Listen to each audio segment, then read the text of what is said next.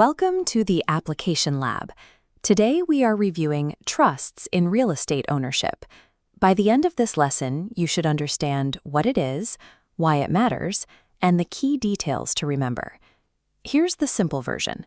Think of a trust as a legal container for property. In real estate, this container can securely hold title to a home, land, or an apartment building.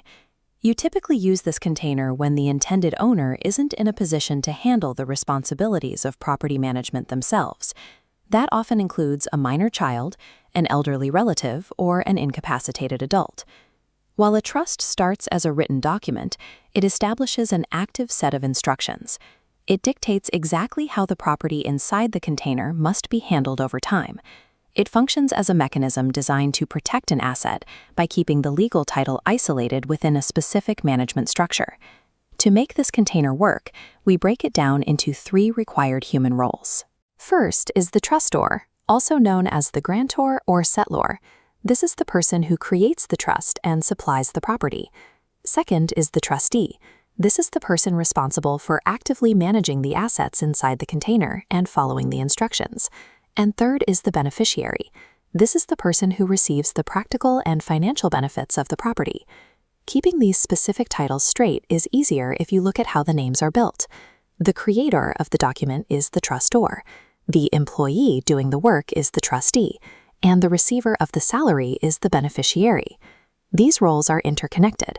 Without all 3, the trust lacks the origin, management, and purpose it needs to function. Let's look at a real-world example. Maria owns a small rental property, and she wants the income from that property to support her young nephew. Because her nephew is a minor, he cannot legally hold title, sign lease contracts, or handle tenant deposits. Maria transfers her rental property into a trust. Because she created the arrangement and supplied the asset, Maria is the trustor. She names her sister to operate the property. Her sister becomes the trustee, taking on the responsibility to manage the unit and collect the rent. The sister then legally routes that rental income to support the nephew. The nephew is the beneficiary. This workflow separates the burden of daily property management from the privilege of receiving the financial benefit. You might be wondering what stops the trustee from simply keeping the rental income for themselves or ignoring the property repairs. For the exam, focus on the legal enforcement mechanism known as a fiduciary relationship. A fiduciary duty is a strict legal and ethical mandate. It requires the trustee to act carefully, loyally, and exclusively in the best interest of the beneficiary. Under this rule, a trustee is explicitly forbidden from managing the trust property for their own personal gain. Quick recap. The trustor creates the container, the trustee manages the container, and the beneficiary receives the benefit.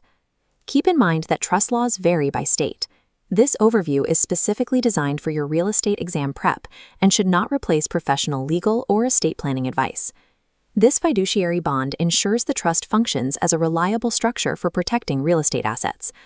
Follow the Application Lab for real estate concepts made simple.